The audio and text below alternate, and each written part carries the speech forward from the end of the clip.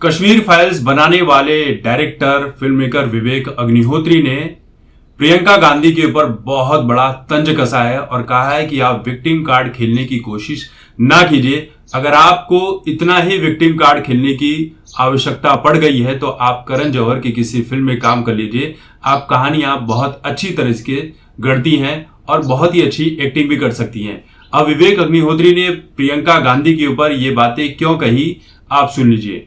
कहानी राहुल गांधी से जुड़ी हुई है। राहुल गांधी ने 2019 के लोकसभा चुनाव के दौरान कर्नाटका के एक रैली में जो मोदी सरनेम है उसे लेकर कहा कि इस देश में जितने भी मोदी सरनेम वाले हैं सब के सब चोर हैं, यानी कि ललित मोदी, नीरव मोदी और नरेंद्र मोदी, ये सब चोरों की एक टोली है।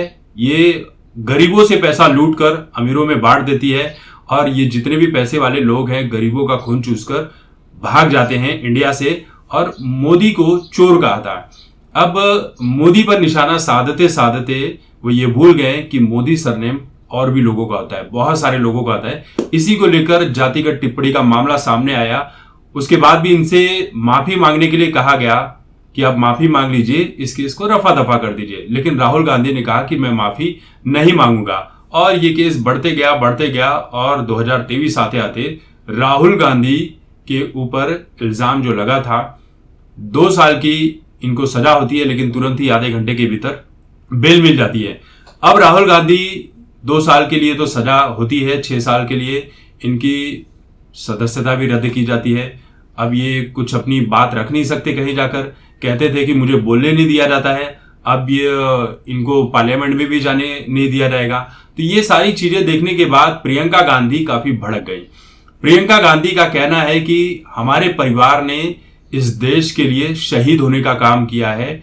हमारे बाप दादा, जो नाना नानी, पता नहीं दुनिया भर का इतिहास गिना दिया उन्होंने कि सभी ने इस देश के लिए कितनी कुर्बानियां दी है।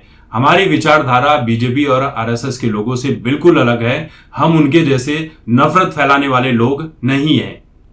हम आज तक चुप रहे हैं लेकिन आगे चुप नहीं रहेंगे। आप हमारे परिवार का कितना अपमान करते हो, बार बार करते हो और हर बार करते हो।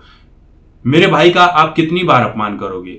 मेरे भाई ने तो आपको गले लगाकर यह भी कहा कि मैं प्यार फैलाने आया हूं, आप नफरत बांट रहे हैं। मेरा भाई तो इतना महान है। मेरे भाई के पास 2 डिग्रियां हैं अलग अलग कॉलेजों की, कैम्ब्रिज की है, हार्वर्ड की है, कहां की है, सब कुछ इन्होंने गिना दिया। क्या भगवान राम और पांडव परिवारवादी थे? हमारा परिवार देश के लिए शहीद हुआ, आपको शर्म आनी चाहिए। हमारा देश इस लोकतंत्र को बचाने के लिए कुछ भी कर सकता है और अपनी जान तक दे। अब इसी चीज को लेकर विवेक अग्निहोत्री ने प्रियंका गांधी के ऊपर बहुत बड़ा ताना मारा। कहा कि फैमिली फैमिली फैमिली और सिर्फ फैमिली के बारे में ही बातें करती हो। आपने इस देश के लिए किया क्या है? आपने इस देश के लिए कुछ भी नहीं किया है। अगर अपने परिवार से इतनी ही झूठी मोहब्बत है तो आप करण जौहर की किसी फिल्म में काम क्यों नहीं कर लेती? कम से कम करण जौहर की फिल्मों में जो फैमिली इकोसिस्टम होता है उसे मैच तो करेगा। लेकिन क्या पता, आप तो करण जौहर को भी ले डूबे। विवेक अग्निहोत्री के ऊपर बीजेपी के एमपी, एमएलए और मोदी के करीबी होने का बात किया जाता है। इसी लेकर विवेक अग्निहोत्री ने भी इसका जवाब दिया है। कहा है कि शाहरुख खान भी तो सोनिया गांधी और प्रियंका गांधी के काफी करीबी हैं। इस देश का ऐसा कौन सा अभिनेता है जो किसी के करीबी नहीं है?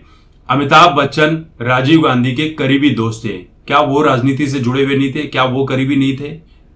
सिर्फ मेरे बारे में ही बातें क्यों की जाती है? किसी एक स्टार का नाम बताइए जो किसी न किसी पॉलिटिकल पार्टी से जुड़ा हुआ नहीं है। और ये तो रियलिटी है।